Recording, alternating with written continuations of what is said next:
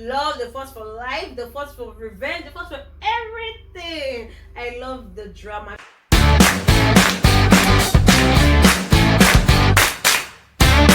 Welcome back to my channel. To my returning viewers, thank you so much. And if this is your first time, you're very much welcome. Okay, so what's on today's menu is Berserk.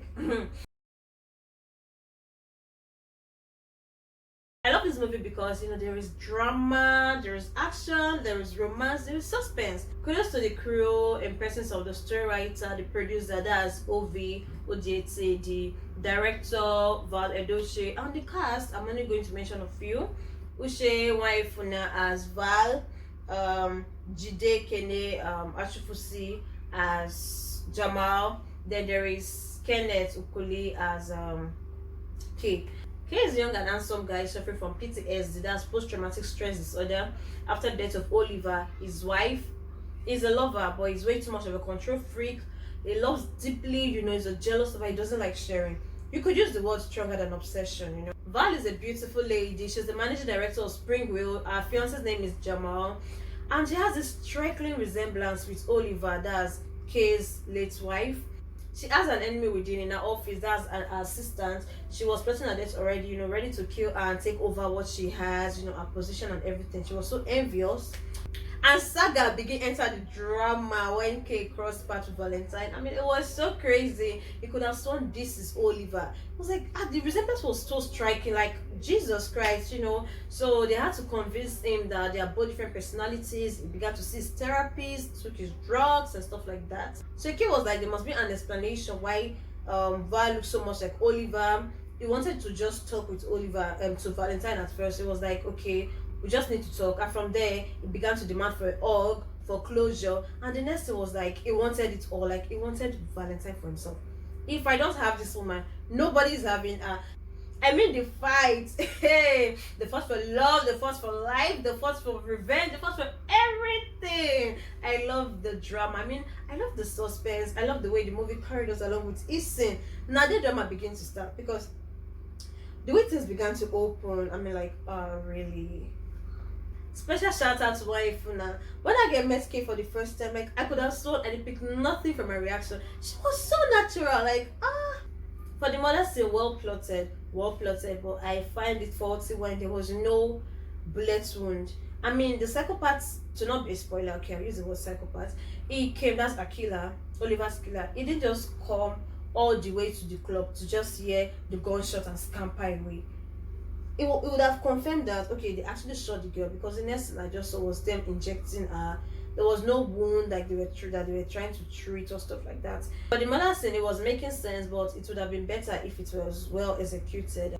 I won't find out that K is a drug addict and he killed his father. The decision the father made, I was like, are you serious?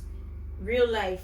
How can you just kill somebody? You killed your father, you stabbed your father, and the best thing you could do is just strike your name off a will that you have to work for years to be a part of the company, stuff like that. It's not making sense, because this guy is actually of age.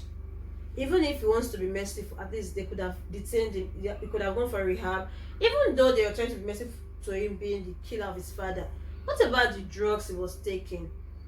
And the family members could have reacted as well. So I didn't really understand why you killed your father and you just walk away like you are the law. Even the law said they go hold you. What I also find funny is the switch K made, like from this paranoid person to being insensitive. You abducted a girl that you could have sworn is your late wife Oliver. You were ready to exude her body from the grave to just prove that point. And the next thing is she ran into her room. You had this pistol with just 5 or 3 bullets, and she just came out, just walked as if she's a your newly wedded bride to your own house. She brought you a drink, and after telling a pretty story, you're just drinking. I really expected better for a paranoid person, because he was not supposed to even trust anybody until what he wanted was actually achieved. And what I questioned the most, Jamal is not a serial killer, just a regular guy that circumstances, roped him into K's existence and stuff like that. This guy doesn't think reflex is no bitch. Have you tried strangling yourself? Just imagine a scenario where a killer is trying to strangle the victim, this, and the victim just go and flaccid muscles, bugging eyes. The killer will be like, okay, he's dead. Really? Really? you cannot just feign your death because you will actually be busy dying. It would have made more sense if they fought and we just pretended to be dead, stuff like that, than him just laying lifeless where you should be struggling, trying to gasp for breath. No. This is what I really question about the movie, but overall it's a good movie because every movie has its own loopholes, and Berserk is not an exception. It has its own fair share of this. Thank you guys for staying to the end of this movie review. See you guys in my next movies gossip and the top best Nollywood movies you can find here on YouTube. Love you.